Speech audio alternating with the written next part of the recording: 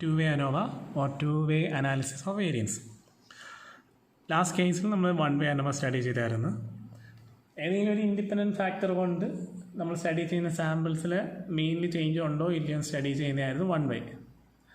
To way എന്ന് പറയുമ്പോഴത്തേക്ക് ഒന്നിൽ കൂടുതൽ ഇൻഡിപെൻഡൻറ്റ് ഫാക്ടേഴ്സ് കൊണ്ട് നമ്മുടെ സാമ്പിളിലെ മീൻസിൽ ചേഞ്ച് വരുന്നുണ്ടോ ഇല്ലയോ എന്ന് സ്റ്റഡി ചെയ്യുന്ന കേസാണ് to way ANOVA.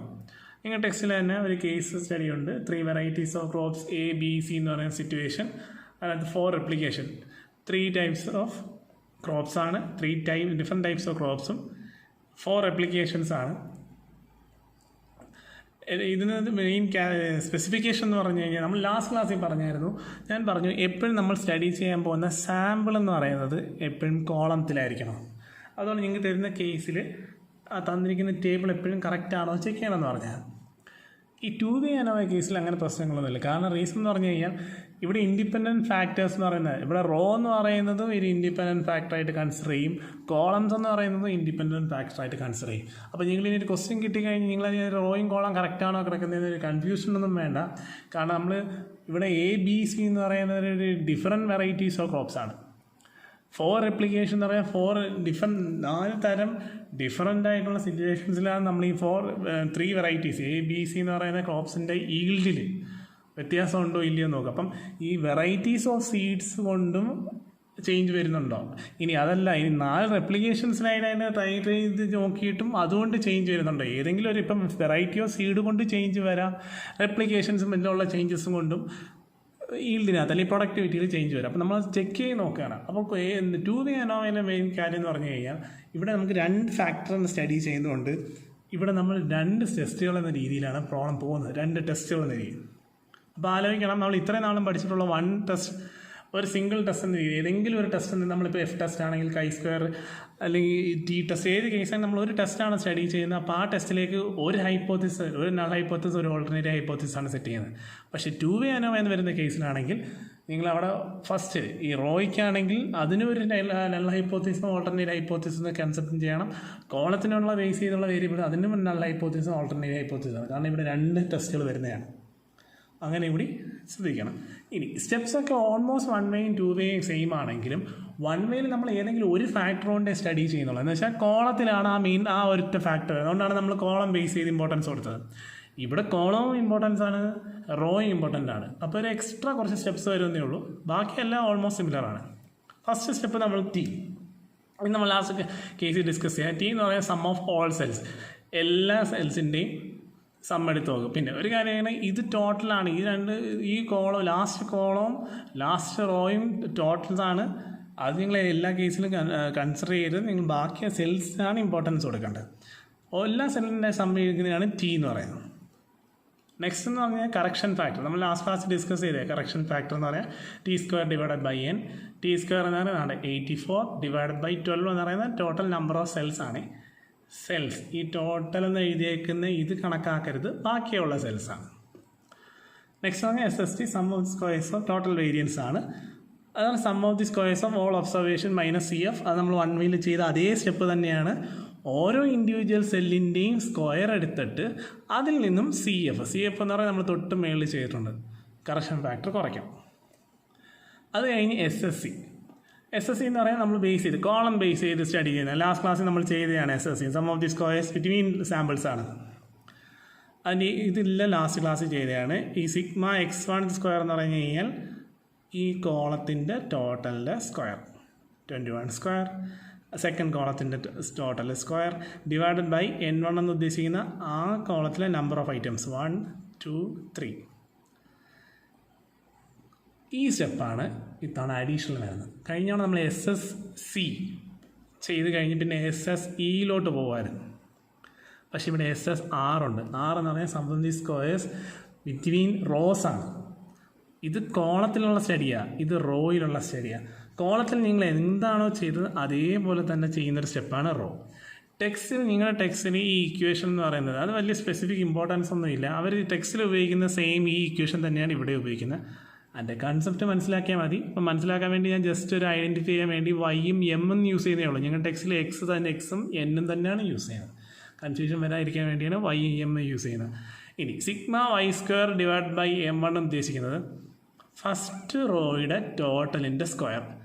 Divided by M1 ഉദ്ദേശിച്ച number of items in that row 1 2 3 4. അതാണ് equation. 24 square divided by 4 plus അടുത്ത 28 square divided by 4 plus 32 square divide by 4 minus CF. അപ്പോൾ നിങ്ങൾക്ക് 8. അത് ഇമ്പോർട്ടൻസ് ശ്രദ്ധിച്ചോണം. 2 തൊട്ട് ഇതിന് മുമ്പ് വരെയുള്ളതെല്ലാം നമ്മൾ 1 വേയിൽ ചെയ്തിട്ടുള്ളതാണ്. പക്ഷേ 2 ANOVA വരുമ്പോഴത്തേക്ക് ആ സ്റ്റെപ്പ് എക്സ്ട്രാ വരുന്നതാണ്. Next step SSE. അത് നമ്മൾ ലാസ്റ്റ് 1 വേയിൽ ചെയ്തിട്ടുള്ള അതേ കേസ് തന്നെയാണ്. പക്ഷെ ശ്രദ്ധിച്ചോണം, SST മൈനസ് SSC വരെ നമ്മൾ കഴിഞ്ഞ 1 വേയിൽ ചെയ്തിട്ടുള്ളൂ. കാരണം ആ കേസിൽ 1 വേയിൽ നമ്മൾ SSE വരെ മതി. പക്ഷേ ഈ സിറ്റുവേഷനിൽ SSR എന്ന് പറയുന്നുണ്ട്. അപ്പോൾ അതും കൂടി കൺസിഡർ ചെയ്യാം. Next one MSC. ഇത് നമ്മൾ 1 വേയിൽ ചെയ്തിട്ടുള്ള അതേ സ്റ്റെപ്പ് തന്നെയാണ്. SSC divided by C-1. ഇനി ഇത് തൊട്ട് ചെറിയ ചേഞ്ചസ് ഉണ്ട്. ഇവിടെ നമ്മൾ MSE എന്ന് പറയുന്നത് മീൻ വിത്തിൻ കോളംസ് എന്നാണ്. Sum of the mean of the columns എന്നാണ് ഉദ്ദേശിക്കുന്നത്. SSC എപ്പോഴും കോളമാണ്. ഡിവൈഡഡ് ബൈ C എന്ന് പറയുന്നത് കോളത്തിനെയാണ് ഉദ്ദേശിക്കുന്നത്. നമ്പർ ഓഫ് കോളംസ് ആണ്. ഇനി നിങ്ങൾ 1 വേ ആയിട്ട് എല്ലാം എക്സാക്ട്ലി 1 വേ ANOVA ആയിട്ട് മിക്സ് ചെയ്ത് കുറച്ചൊക്കെ സിമിലർ ഉണ്ടെങ്കിൽ ഇതൊക്കെ ശ്രദ്ധിച്ചോണം. C എന്ന് പറയുന്നത് നമ്പർ ഓഫ് കോളംസ് ആണ്. ഇവിടെ 4 കോളംസ് ആണുള്ളത്. C-1 എന്നത് 3. Next one MSR. SSC ചെയ്തപ്പം MSC ചെയ്ത്, അപ്പോൾ SSR ചെയ്യുമ്പോൾ MSR ചെയ്യണം. SSR divided by R-1. R എന്ന് പറയുന്നത് എല്ലാവർക്കും അറിയാം റോ 3-1 അതാണ് 2. അപ്പോൾ SSR എന്ന് പറഞ്ഞാൽ 8 divided by 2 = 4. Next one MSE. അത് നമ്മൾ ലാസ്റ്റ് 1 വേയിൽ ചെയ്യുന്നതാണ്. ഇതിനെ ശ്രദ്ധിക്കണം. MSE എന്ന് പറഞ്ഞാൽ SSE ഡിവൈഡഡ് ബൈ ഇവിടെ MSCയും ഉണ്ട് MSRഉം ഉണ്ട്. MSCയിൽ വരുന്നതാണ് C-1, MSRൽ വരുന്നതാണ് R-1. അപ്പം ഇത് രണ്ടും ഇവിടെ കൺസിഡർ ചെയ്യണം. SSE divided by C-1 into R-1.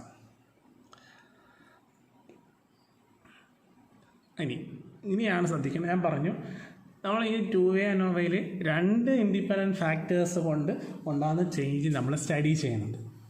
Okay, ആ 2 ഇൻഡിപെൻഡൻറ്റ് ഫാക്ടേഴ്സിൻ്റെ ചേഞ്ച് സ്റ്റഡി ചെയ്യുമ്പം ഞാൻ പറഞ്ഞു 2 സെപ്പറേറ്റ് ആയിട്ടുള്ള ഹൈപ്പോത്തസിസുകളും സെറ്റ് ചെയ്യണം. അവിടെ 2 ടെസ്റ്റുകളും ഉണ്ടെന്ന്. അപ്പോൾ ഇനിയുള്ള സ്റ്റെപ്സിൽ നമ്മൾ 2 സ്റ്റെപ്പായിട്ടാണ് ചെയ്യുന്നത്. എന്താണ് ഈ 2 ടെസ്റ്റുകൾ വരുന്നതിൻ്റെ റീസൺ? ഒന്ന് കോളം ബേസും ഒന്ന് റോ ബേസും ആണ്. അപ്പോൾ F ടെസ്റ്റാണ്. ANOVAയിലെല്ലാം നമ്മൾ യൂസ് ചെയ്യുന്ന F ടെസ്റ്റാണ്. F test of C, F of C എന്ന് പറയുന്നത് ചില ടെക്സ്റ്റുകളിൽ FC സബായിട്ട് C എന്ന് എഴുതും. F ഓഫ് C എന്ന് പറഞ്ഞാൽ MSC divided by MSE. F of R എന്ന് പറഞ്ഞാൽ F ടെസ്റ്റ് ഓൺ റോസ് എന്നാണ് ഉദ്ദേശിക്കുന്നത്. MSR divided by MSE. എൻ്റെ സ്റ്റെപ്പ് MSC നമ്മൾ ചെയ്തിട്ടുണ്ട്. 6 ഡിവൈഡഡ് ബൈ 1. നിങ്ങൾ പ്രോബ്ലം ബേസ് ചെയ്ത് ജസ്റ്റ് പറയുന്നതേ ഉള്ളൂ. നിങ്ങൾ പ്രോബ്ലം ചെക്ക് ചെയ്തിട്ടാൽ മതി. 3.6 2. ഈ 3.6 2.4 ആണ് നമ്മുടെ കാൽക്കുലേറ്റഡ് വാല്യൂ. F ടേബിൾ നമ്മൾ പണ്ട് ചെയ്തിട്ടുണ്ട്.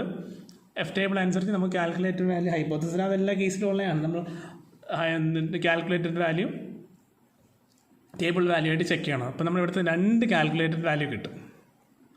നെക്സ്റ്റ് കാൽക്കുലേറ്റഡ് വാല്യൂ മാത്രം കിട്ടിയാൽ നമുക്ക് ടേബിൾ വാല്യൂ വേണം. ടേബിൾ വാല്യൂ ചെയ്യണമെങ്കിൽ നമുക്ക് ഡിഗ്രി ഓഫ് ഫ്രീഡം വേണം. ഇനി ഡിഗ്രി ഓഫ് ഫ്രീഡം ശ്രദ്ധിച്ചു വേണം. F ടേബിൾ ആകുമ്പം നമുക്ക് N1 വേണം, N2 വേണം. F ടേബിൾ ചെയ്തിട്ടുണ്ടെങ്കിൽ നിങ്ങൾക്ക് നന്നായിട്ട് അറിയാമായിരിക്കും. N1 എന്ന് പറഞ്ഞു കഴിഞ്ഞാൽ FOC ആകുമ്പം C-1.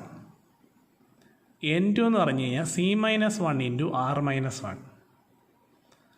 ഇത് ഇത്രയും കോളം ബേസ് ചെയ്തുള്ളത്. നമുക്ക് റോയിലോട്ട് പോവാം. റോ ബേസ് ചെയ്ത ഡിഗ്രി ഓഫ് ഫ്രീഡം എന്ന് പറഞ്ഞാൽ N1 എന്ന് പറഞ്ഞാൽ R-1 ആണ്. N2 എന്ന് പറഞ്ഞാൽ R-1 ഇൻറ്റു C-1. ഏത് 2 വേ കേസ് ആണെങ്കിലും ഈ N2ഉം N2 ഓൾമോസ്റ്റ് സെയിം ആയിരിക്കും. N1 ആയിരിക്കും മാറുന്നത്. ശ്രദ്ധിച്ചോണം. F ഓഫ് C എന്ന് പറയുന്നത് കോളം ബേസ് ചെയ്യുമ്പോൾ N1 എന്ന് പറഞ്ഞാൽ C-1.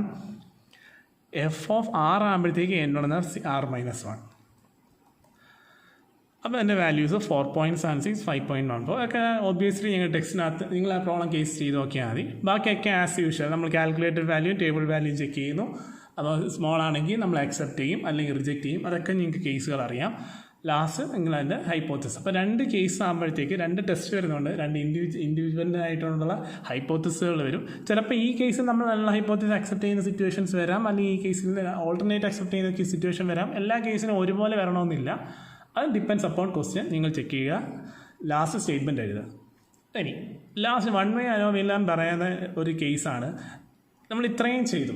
ഈ ചെയ്തതിൻ്റെ ടാബുലർ റെപ്രസെൻറ്റേഷൻ ഞാൻ വിളിക്കുന്ന ഈ നെയിമാണ് അനോവ ടേബിൾ. നിങ്ങൾ ഇതുവരെ ചെയ്ത സ്റ്റെപ്സിൻ്റെ മെയിൻ ആയിട്ടുള്ള MSc മീൻസ് ബേസ് ചെയ്തിട്ടുള്ളതും എഫിൻ്റെ ടെസ്റ്റിൻ്റെ വാല്യൂസും ടാബുലർ റെപ്രസെൻറ്റേഷനിൽ കാണിക്കുന്നതാണ് അനോവ ടേബിൾ എന്ന് പറയുന്നത്. 1 വേ അനോവയിലാണെങ്കിലും 2 വേ അനോവയിലാണെങ്കിലും ആ ടേബിൾ കമ്പൽസറി ആയിട്ട് ലാസ്റ്റ് ചെയ്യണം. ജസ്റ്റ് നിങ്ങൾ ടെക്സ്റ്റ് നോക്കിയാൽ മതി, എന്തെങ്കിലും ഡൗട്ട്സ് ഉണ്ടെങ്കിൽ പറഞ്ഞാൽ മതി. ഇനി ഒരു കേസും കൂടി നിങ്ങളുടെ ഞാൻ വിട്ടുപോയെന്ന് പറഞ്ഞു കഴിഞ്ഞാൽ കോഡിങ് കേസുണ്ട്, അല്ലെങ്കിൽ കോഡിങ് മെത്തേഡ് എന്ന് പറയും.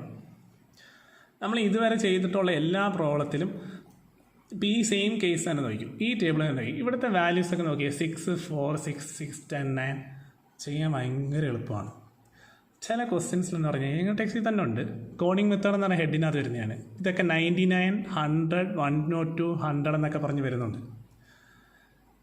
അതിൻ്റെ പ്രശ്നം എന്ന് പറഞ്ഞു കഴിഞ്ഞാൽ അത്രയും വലിയ ഡിജിറ്റ്സ് 2 ഡിജിറ്റ്സ് 3 ഡിജിറ്റ്സ് ഒക്കെ വരുമ്പോഴത്തേക്ക് നിങ്ങളുടെ കമ്പ്യൂട്ടേഷൻ വലിയ ഡിഫിക്കൽട്ടായിരിക്കും. കാൽക്കുലേറ്ററിലുണ്ടെങ്കിൽ പോലും ഈ സ്ക്വയേഴ്സ് എടുത്തിട്ട് അതിൻ്റെ സമ്മൊക്കെ എടുക്കുമ്പോഴത്തേക്ക് അതിൻ്റെ നമ്പേഴ്സൊക്കെ ഒത്തിരി നിങ്ങൾക്ക് കമ്പ്യൂട്ടേഷൻ പാടായിരിക്കും.